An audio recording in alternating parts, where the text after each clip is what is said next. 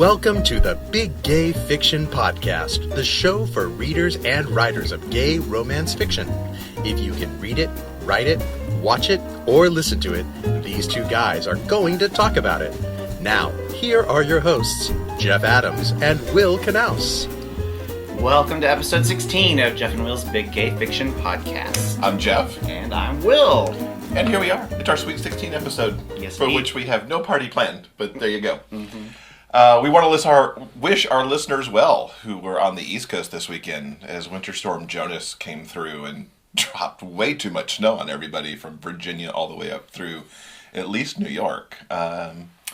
Needless to say, I think we're glad we weren't there because that was way too much snow. Yeah. As we get started this week, I want to give a shout out to the musical Rent. January 25th, 1996, it opened at New York Theater Workshop off-Broadway and kicked off what was a phenomenal year for that show. It is by far my most favorite musical. I think I've seen it at least a dozen or more times between Broadway and tours and off-Broadway and probably more, yeah. Anywhere else I could catch it. Yeah, probably. So happy anniversary to Rent. Linking up in the show notes to their 1997 Tony Awards performance, which I watched a little bit of just before we started recording. They actually did that in the Majestic Theater on the Phantom of the Opera stage. Because it was way before the Tonys moved to Radio City and to non-Broadway venues. Yeah. So that was kind of interesting to see. Yeah. So that's there. You'll see Jesse Martin in his pre-Law and Order and Flash days, and Idina Menzel pre-Frozen and pre-Wicked. It's pretty awesome to catch up on. So yeah, happy birthday to Rent. Happy birthday to them. This week here in the States, BBC America started running a television series called London Spy. And Jeff and I watched the first episode yesterday. Yeah. And it was intriguing. Intriguing's a good word for it. Intriguing. Ben Whishaw, I believe is how you say his last name. He is the kind of hot geek who's currently playing Q in the James Bond movies. And he's done a bunch of other things as well. And he's really awesome. We actually saw him on stage in New York once. Mm-hmm. And the name of the play is escaping me. B2. But he's about to do The Crucible. Yeah, he is about to do The Crucible on Broadway, which we are gonna try to see when we make our spring trip. Anyway, I'm getting off topic. Anyway, so we watched London Spy, and it's about Ben Wishaw's character, who's kind of a lovable screw up. He's kind of a messed up guy trying to get his life back on track. And he meets a mysterious guy, and he falls really hard for him. And they have some fun, and then the mysterious guy disappears. Mm-hmm. And we don't really learn this extent. Well, this is only the first episode, so they're not, spilling all the secrets just yet. But there was some weird, mysterious, messed up stuff going on with Mystery Man, and it's really, really interesting. If you're here in the States, check it out. I believe it airs every Monday night on BBC America. And if you're, of course, in the UK, you probably watched the entire series. And you might be on the series too by now. You already know what all the mystery is about. So who knows? I don't know. Anyway, it's really interesting. Kind of it is dark. It's dark. The thing I couldn't figure out how to explain to you yesterday when we were talking about it, and I still won't explain it well, is that the show seemed and felt really slow and really deliberate in its rollout, which was awesome because it fit the show well. But what was odd about it was, as you're watching the time go by on the DVR, like every time Will would zip past the commercials, I'm like, it's 30 minutes are gone already? Mm-hmm. Oh, now it's over. I think it was a really fast slow. I think the word you're looking for is methodical. Oh, yeah. And okay. I think it's sort of rolling out the story and the clues and the mystery in a very methodical and well, frankly, British kind of a way. I don't think this kind of pacing would fly on any U.S. show. Yeah, definitely not. Maybe on cable, maybe, but not a network show for sure. Anyway, so check out London Spy. We really, really liked it, and we're gonna keep watching to see what happens. Yeah. To cute Ben. We love you, Ben. Cute Ben. And Jim Broadbent, too, who's always a treat. Yes. And we just saw her interview on CBS Sunday Morning. The Oscar lady. the Oscar the lady. Oscar lady. I can't think of her name. She's in the movie. Completely blanking now. I can't even come up with the movie. Anyway, she's in it too. She's coming up in a future episode. Yeah, we'll mention her when we get her name together. Oh wow, we're so prepared. Anyway, let's move on. We sound so stupid right now. Anyway, we want to thank the Satyrsphere podcast for our pimp out this week. Captain Scott and Cindy. And Scott, I hooked up with his podcast because he is a fan of the Hat Trick books and has reviewed them on his show. They're on episode 201, which tells you how long they've been going now. They have pop culture, TV, movies. They talk about theater. They do a mystery musical every week. And I have to say, episode 201 threw me. I have no clue what that is. And also a healthy dose of hockey, because Scott is a San Jose Sharks fan. So thank you, Satyrsphere, for the shout-out. And we give you one back, because our audience should definitely be checking you out as well. Indeed. Let's move on to the question of the week, shall we? Absolutely. This last week's question, we asked, what's your favorite romance trope and why?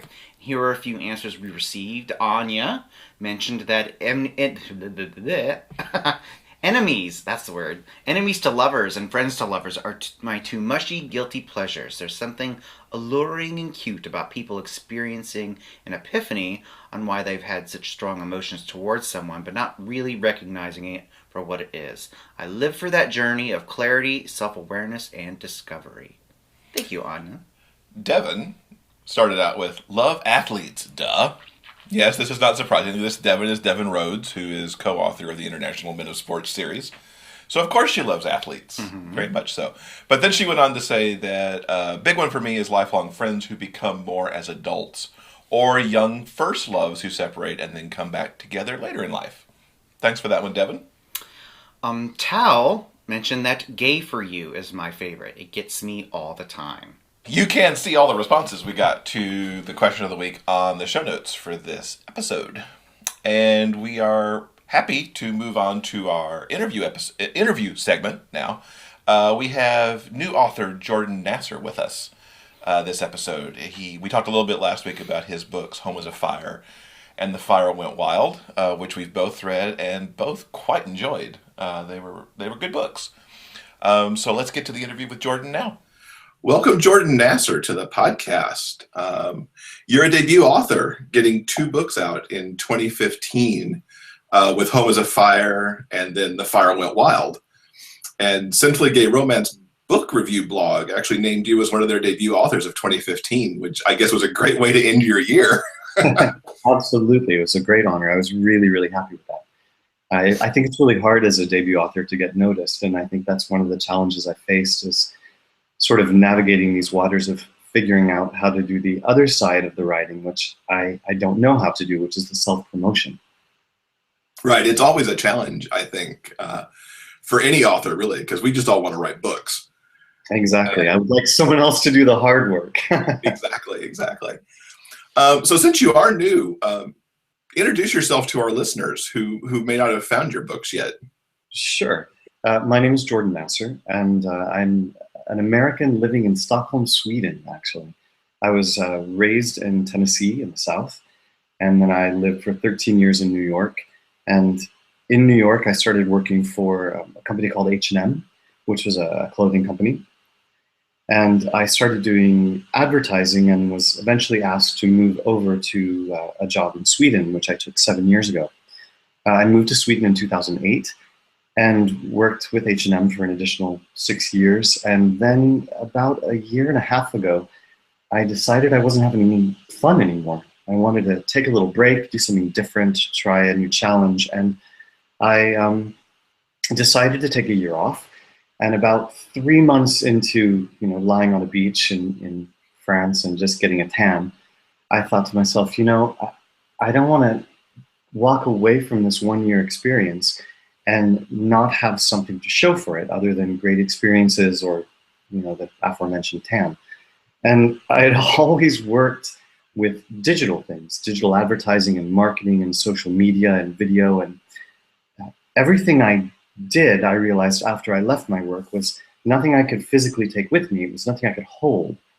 So I decided that I wanted to create something that I could hold in my hand. And I love reading and I love books, and everyone says they have a book inside of them. So I sat down with a laptop and I just started writing, and that's pretty much it. That's awesome, and you make it sound so easy too. I'm really one of those people that doesn't do a lot of research into the how or why to do something. I'm literally a cliff jumper. I run off the cliff and I expect there to be water below me. So I'll try just about anything once and I'll see how I do it. And if I fail miserably and spectacularly, and it's fun. But the cool sort of side product of this was that I wrote what I thought to be a really fun first book. And once I finished it, I knew there was another one. So I just continued writing. But I was so nervous by how the first book would be received that I actually finished the first draft of the second book before I even released the first book, because I wanted to be certain that I was doing it for me and not based on what other people thought of it. So I thought if the reviews were terrible for the first book, then I never would have written the second book. But now, hey, I already got it out of the way. So I did. And they say too that if you're doing a series, it's always good to have the second book kind of ready if the first one hits, because then you can just follow it right up fairly quickly. And you had the second book out, if I remember right, within about 6 months or less. Exactly, it was about 7 months after the first book came out. So the 2 books have now been out in just about 1.5 years' time. I know there's a lot of writers, and I'm in this camp, who would love to leave the day job behind. What was it like for you to kind of make this leap from, all these years at H&M to I'm a writer now? It's actually terrifying and freeing all at once. I think the first 3 months, I sort of felt sort of figuratively drunk, a little high on life, and everything just seemed new and exciting. I was having a hard time waking up. I wasn't really sure what my motivation was. I wanted to do everything and nothing, and I had no focus. And the original plan was just to take off about 3 months and then jump right into another job. But I realized that when I started looking for another job, I wasn't ready yet. I'd been working nonstop since I was 18. I was 45 when I left. I wanted a vacation. So thankfully and luckily, I'm now living in Sweden, and we have sort of different safety net to take care of someone if they're without a job, and we have healthcare and all of that. So it was something I didn't have to worry about, so that was much easier on me. But it's really an amazing, absolutely exhilarating experience, and I've been asked before if I'd like to write a book about taking a year off on your life, for your life, and then experiencing all of the fears and trials and tribulations that come with that. So that's sort of a little idea off in the distance. Mm-hmm. Well, let's talk about these 2 books. What was your inspiration for these books? I have an idea that growing up in the South certainly played into them. Absolutely. My parents were born and raised in California, and so we moved around a lot when I was a kid. My dad worked he worked in computer software before anyone did. So he would go into a place and work there for a year and a half, and then leave and move on to another project. So by the time I was in 4th grade, I'd lived in 10 different places. So I had a hard time making friends. We moved from upstate New York to Tennessee. I didn't have a Southern accent. I was a Yankee. I mean, the whole cultural diversity thing was completely foreign to me. It was very, very strange. And I thought to myself, hey, it'll pass. I'll move on in a few years. And then, of course, the joke upon jokes is that my parents ended up getting divorced and we ended up staying there. So I really ended up being a transplant to the South. And then I moved away from the South to New York City, where I lived for 13 years.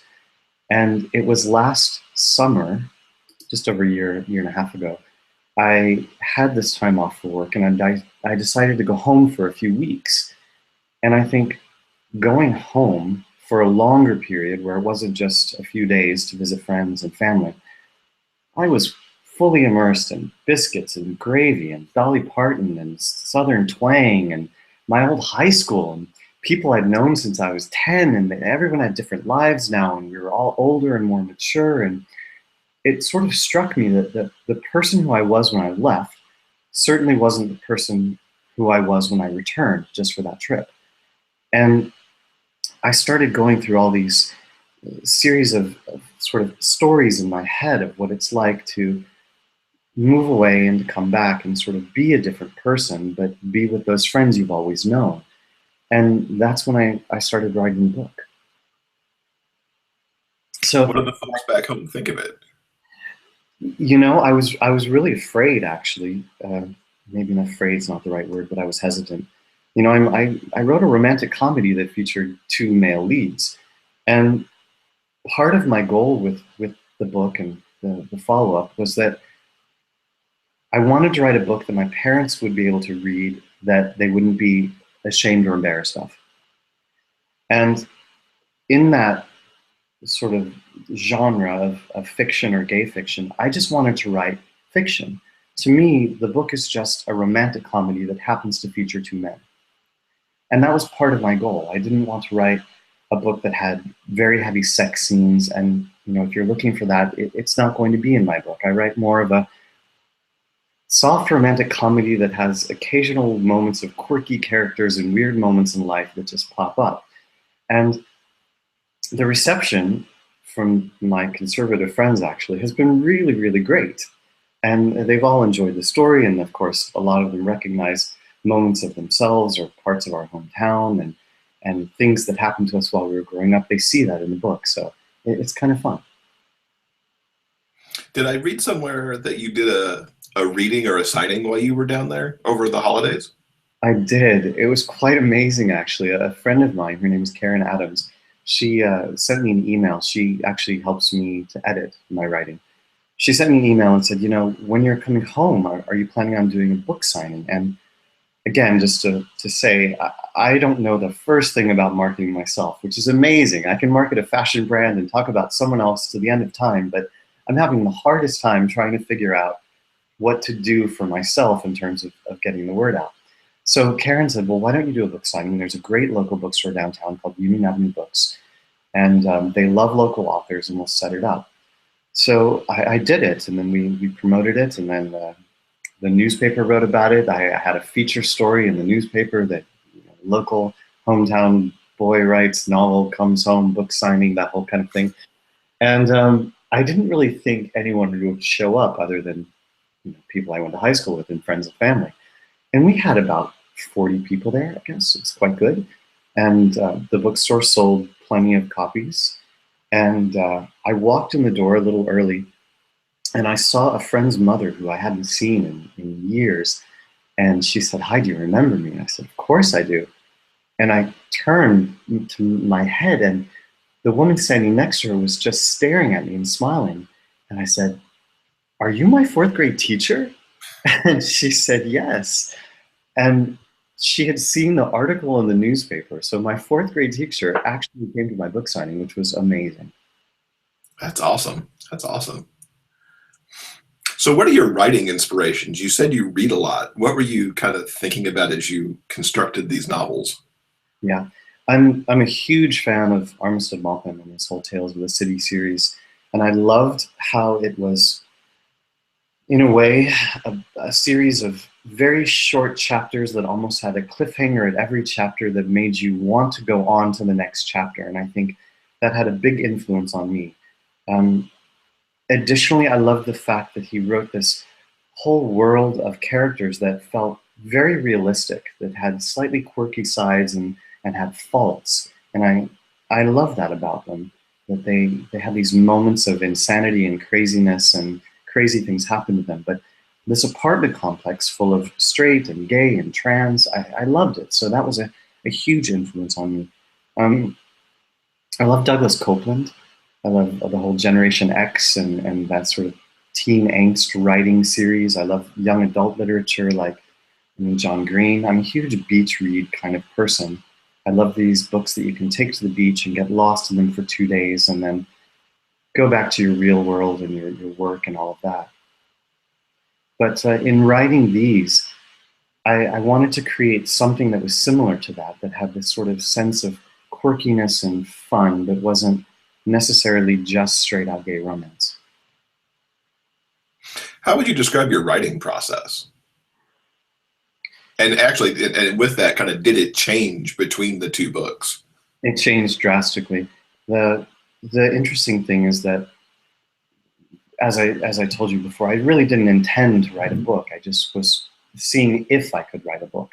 So it wasn't the main goal. And so I'm a huge believer that the first line in a novel is the most important line. It really, really grabs you. And one of my favorite lines in the book is from Less Than Zero, where the very first line is, "People are afraid to merge on the freeways in Los Angeles."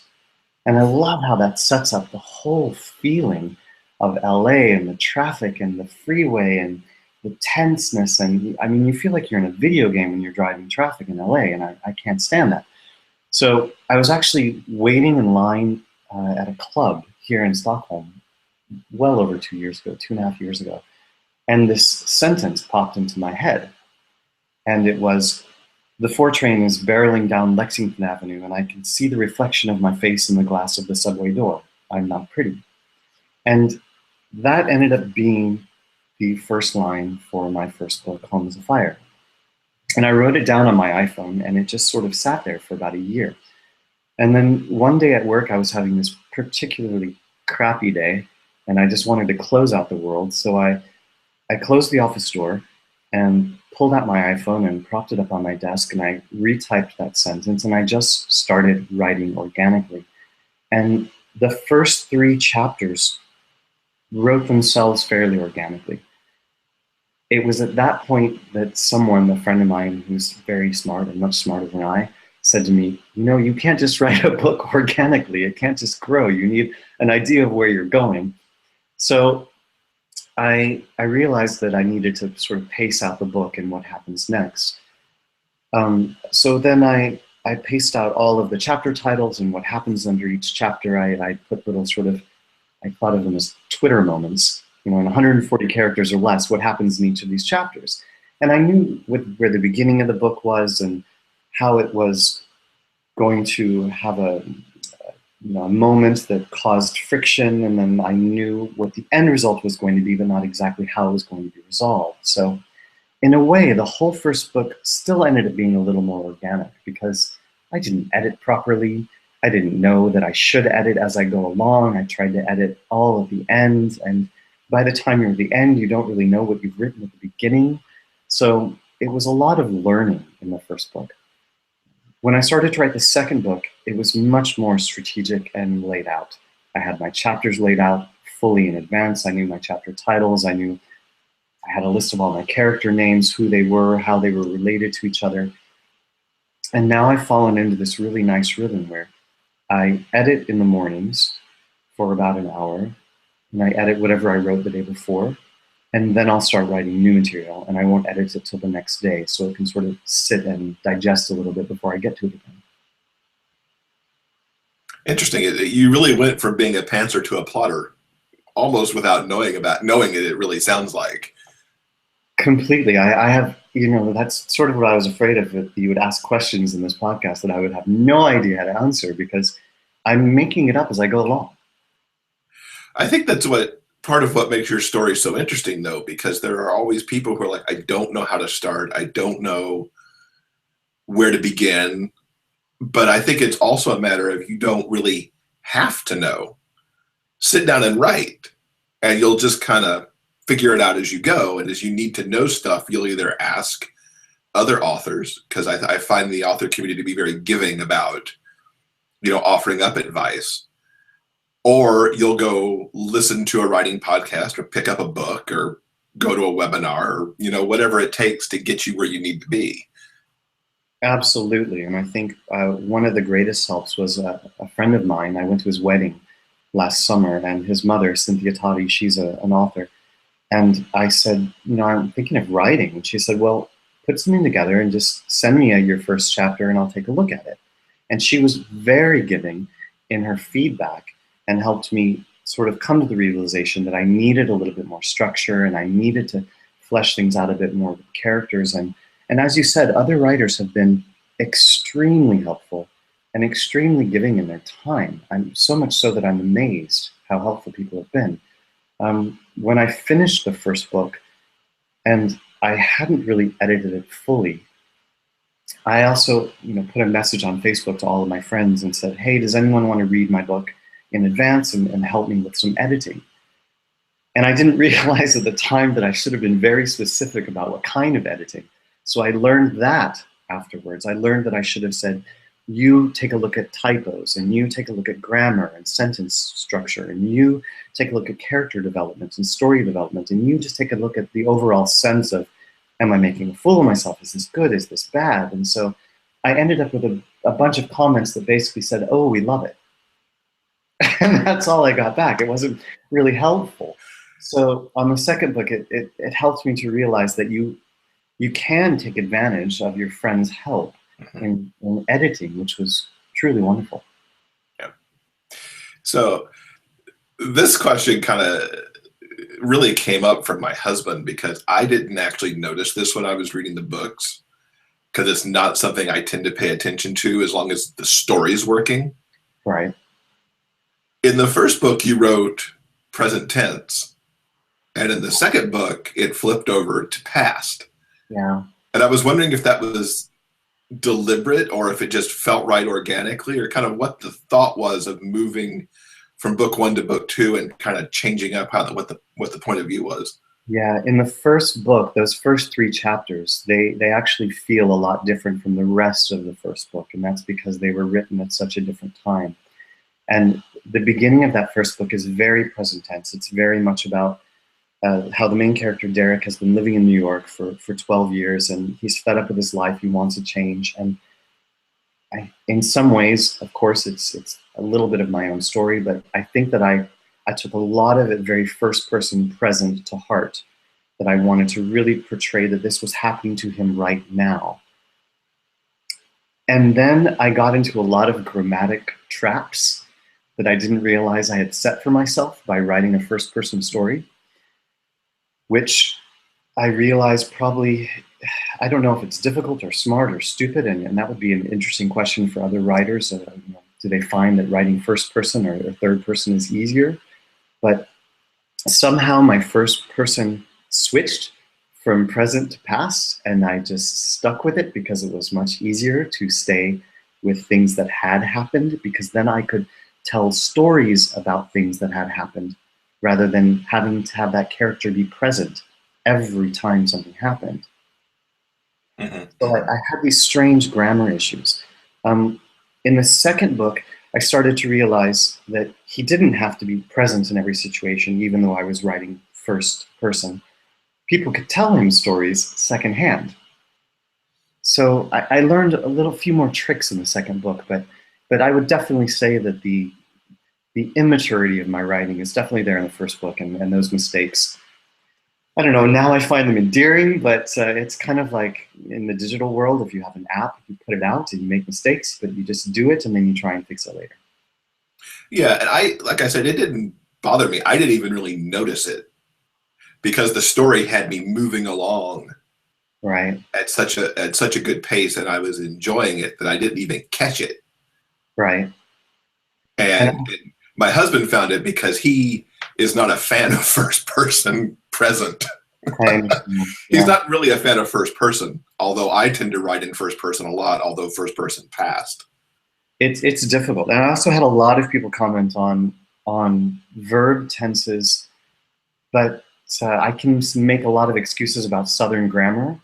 There's a lot of poor grammar in the South, and I think that I tried to make a distinct voice for many of the characters, and some of that includes double negatives or ain't or y'all and all of these things that I felt added to the character of the book. But I've had actually, a fan in Germany wrote, and she said, I love this book, but your grammar is driving me crazy. But for me, it was part of the character. Yeah, it fell right into Southern for me because I lived in Alabama from fifth grade through after college. Wow. So all of that, just it worked for me because I'd heard so much of that through my life. Exactly. What would you say your biggest surprise was through your process of getting these books out and working your way through the publishing world? I think that I thought this may sound terrible, but I think I thought that the writing would be the hardest part. But for me, the writing was the easiest part.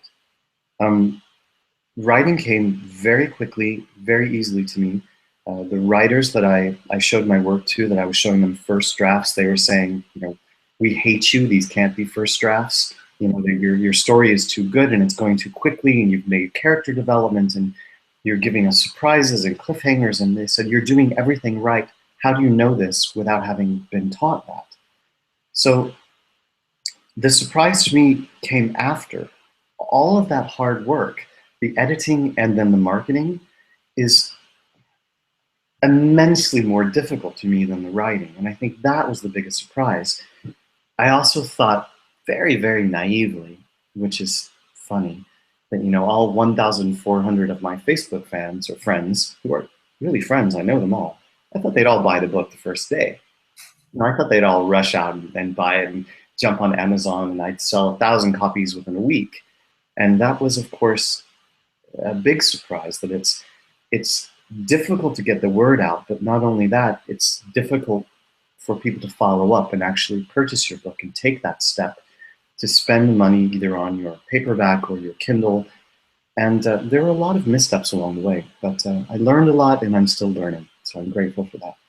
Mm-hmm. It's an ever ongoing learning process, because once you think you know it anyway, the process changes, or Amazon changes something, or a new avenue for promotion comes up or goes away. Or Absolutely. I mean, I was suddenly getting 5, 6, 10, 15 downloads a day on Kindle, and I couldn't figure out why.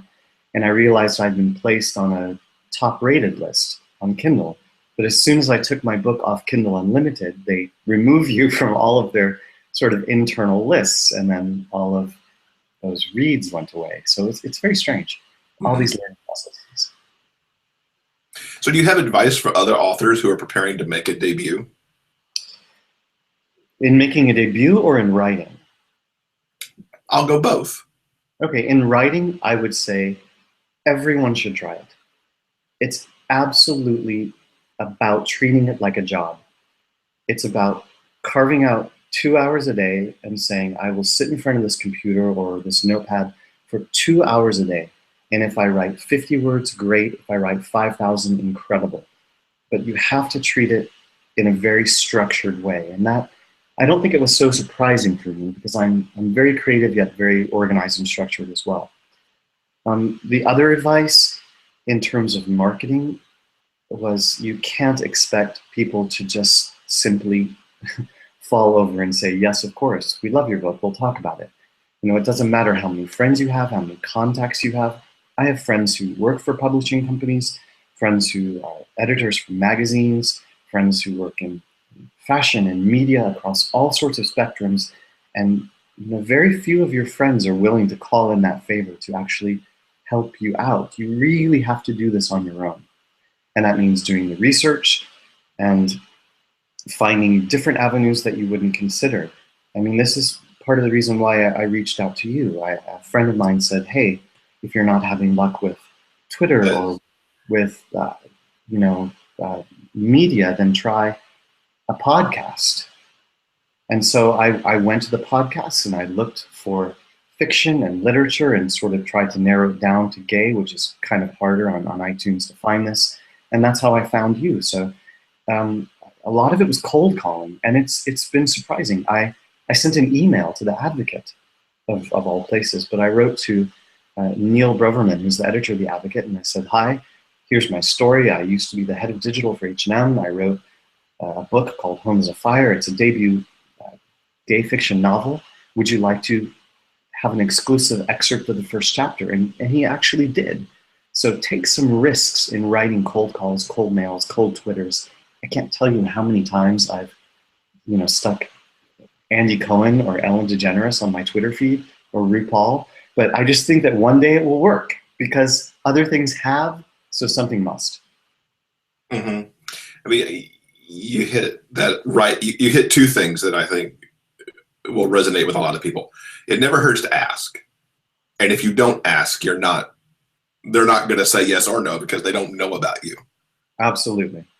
And the other thing is, treating it like a job.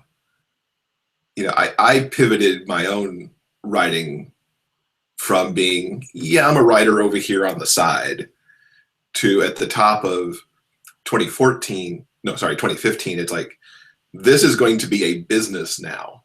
And while I do have this day job, now I have this secondary job to produce fiction.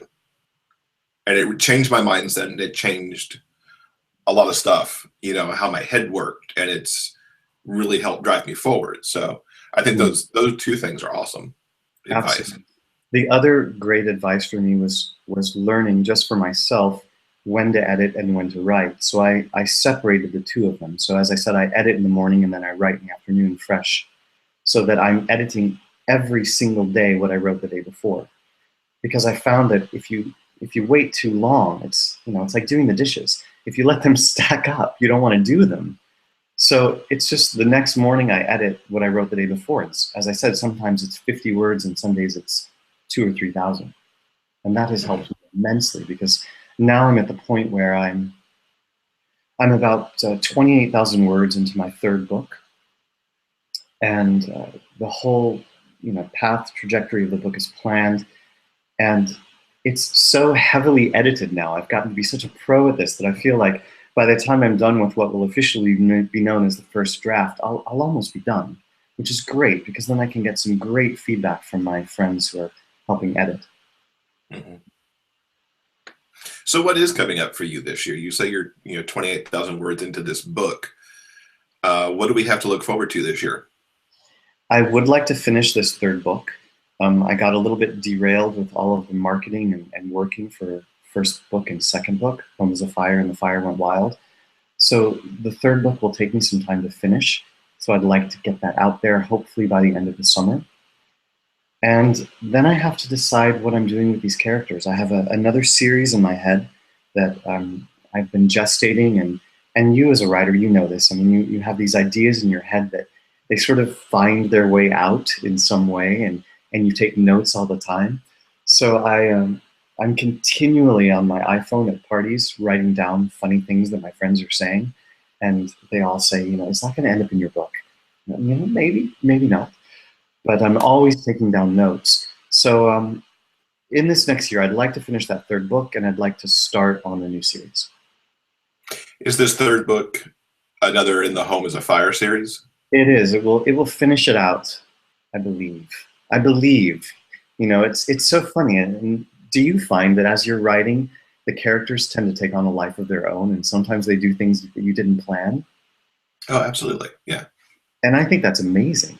I mean, there's this massive reveal in my first book that wasn't planned at all, and just sort of happened because the characters wrote themselves that way.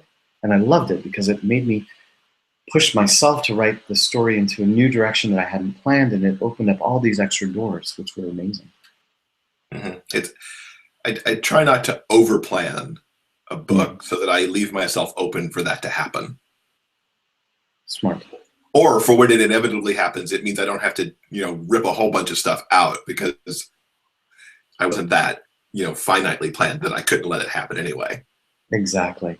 I'm terrible about, I don't like to remove large sections, but sometimes you find that you've written yourself this chapter or this paragraph or this page that just simply doesn't work. And it's almost upsetting in a way, like you're killing a child, but you're having to take this back and push it somewhere else. But parts of this other series that I'm considering writing, parts of that have already ended up in this Home is a Fire series. So this new series has really morphed into something that I didn't intend, but it's good because now it'll be really different from these books. Excellent. I look forward to that. Thank you. So I prepped you in advance that you were going to have to answer our question of the week for this episode. Yes. So what is your favorite romance trope? My favorite romance trope actually is enemies to lovers. But my favorite part of that isn't the enemies or the lovers part, it's the frenemies right in the middle. Because I love that tension in the middle where they're still kind of enemies, but trying to figure out if they could be friends or could be lovers or could be more. And you as a reader, you don't know which direction that's going to go. And I love that moment of uncertainty. My least favorite trope, because I thought I'd throw that in too, is triangles. I hate love triangles because I don't want to choose between one person or another. I don't like that moment where it's too obvious that they should be with one person or shouldn't be with another person.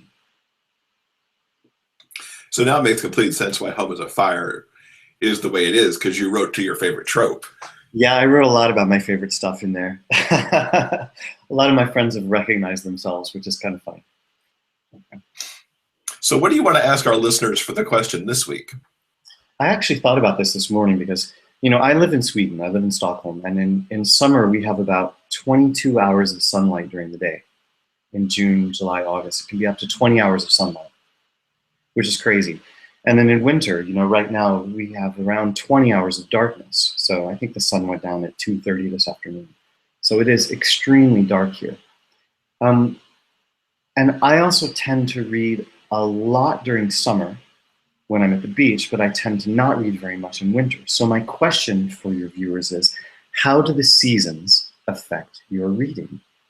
The amount of reading that you're doing and the kinds of books that you're reading. Interesting. I don't even know how to answer that right off. I'm kind of glad I have some time to space out my thought on that before we do the wraparounds for this episode. Perfect. Interesting. Okay, that's a good question. Thank you. Interesting to see what we get back. Well, you said how it affects you. You're reading more in the summer. I do. Which is interesting because I would have thought it might have gone the other way because you'd be reading more while you're hibernating.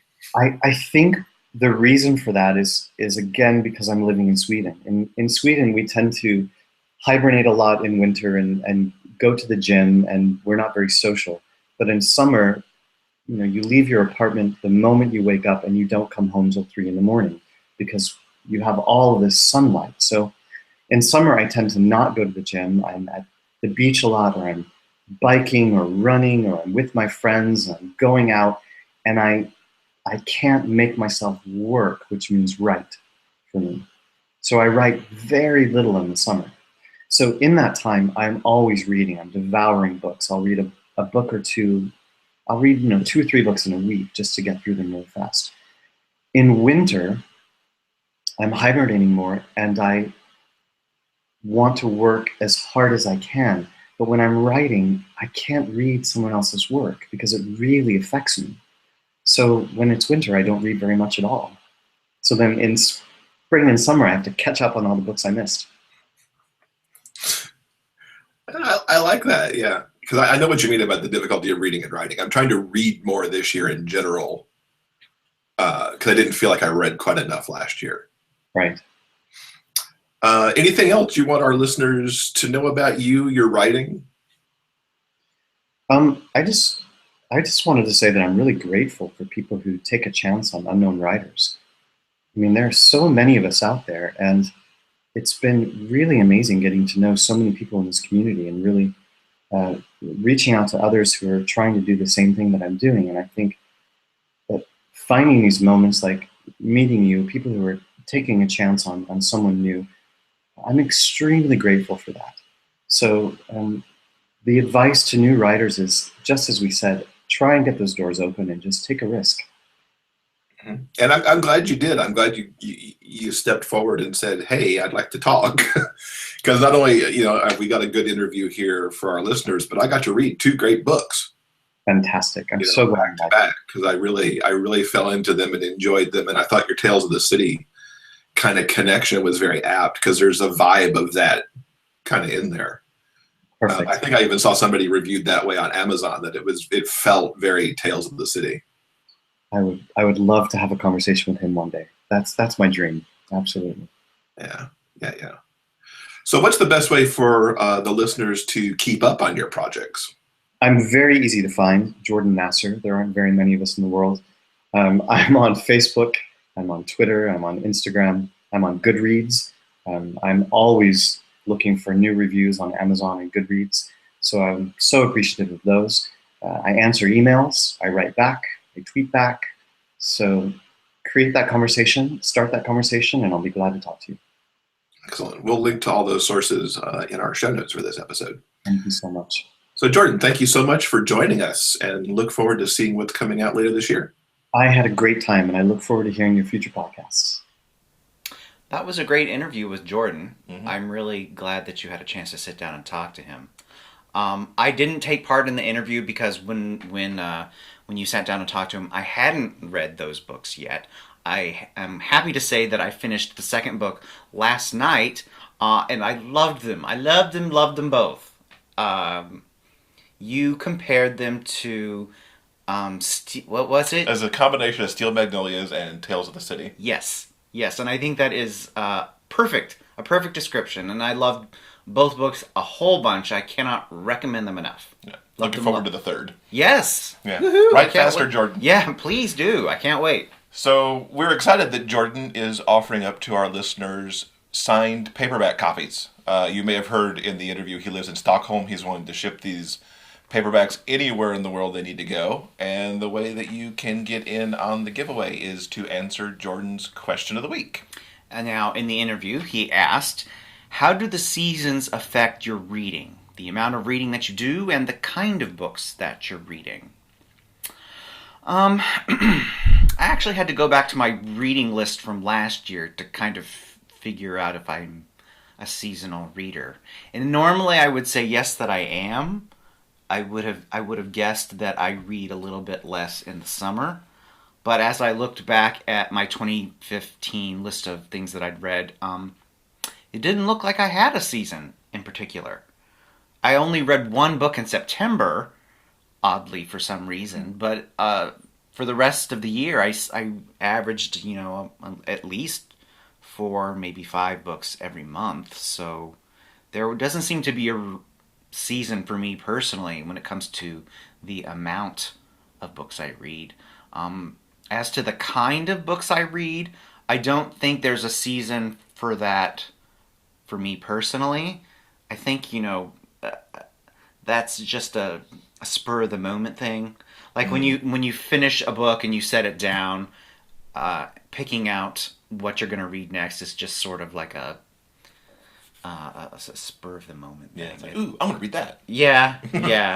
It's like, either whatever you bought last, top of mind. Yeah, that's true. Or if your eye whatever your eye falls on next, either in the Kindle cloud or on the bookshelf. Yeah. For me, I don't think currently that I have a season to read. I think I just keep picking up you books. read all the time. I think I used to be more seasonal in New York because I would cycle to work. Mm-hmm. On my commute time, I would cycle when the weather was good. And so in the winter, I was on the subway more and would have that time to read. Yeah.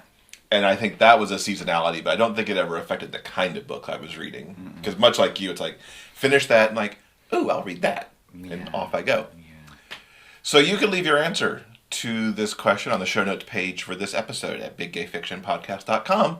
And remember, everybody who leaves an answer on the website will be registered to win the signed paperbacks from Jordan of those 2 awesome books. And remember, when you're answering the question, we'd also love to hear your suggestion for a question. Exactly. I was just thinking how much I would love those paperbacks. Okay. Except I don't think we can enter. I know.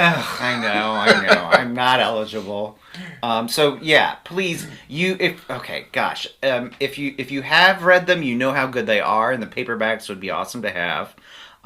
If you haven't read them, trust me, trust Jeff, trust us. They're really, really good. You're gonna want these books, and the paperbacks would be awesome to have. So please, go to the website and answer this week's question and tell us your seasonal preferences when it comes to reading. Yeah. So I think that should probably do it for this week. I think that'll do it. Yeah. Absolutely. So remember, you can subscribe to the podcast on iTunes, Stitcher, Player FM, and YouTube. And we would love, love, love reviews on any of those channels. So leave us a star rating or, write us a little quip about the show and let us know what you think. You can leave comments on any of those places as well as... let me just bungle that bullet point. You can leave comments on any of those places, as well as our website at biggayfictionpodcast.com, where you can also sign up for the monthly newsletter. We'd love to get your emails, and you can send those to, of course, Jeff and Will at biggayfictionpodcast.com. And that'll do it. So we'll see you back here next week. Stay warm, you guys on the East Coast. Yeah. See you next week, guys. Bye. Thank you for listening to Jeff and Will's Big Gay Fiction Podcast. For detailed show notes, go to biggayfictionpodcast.com.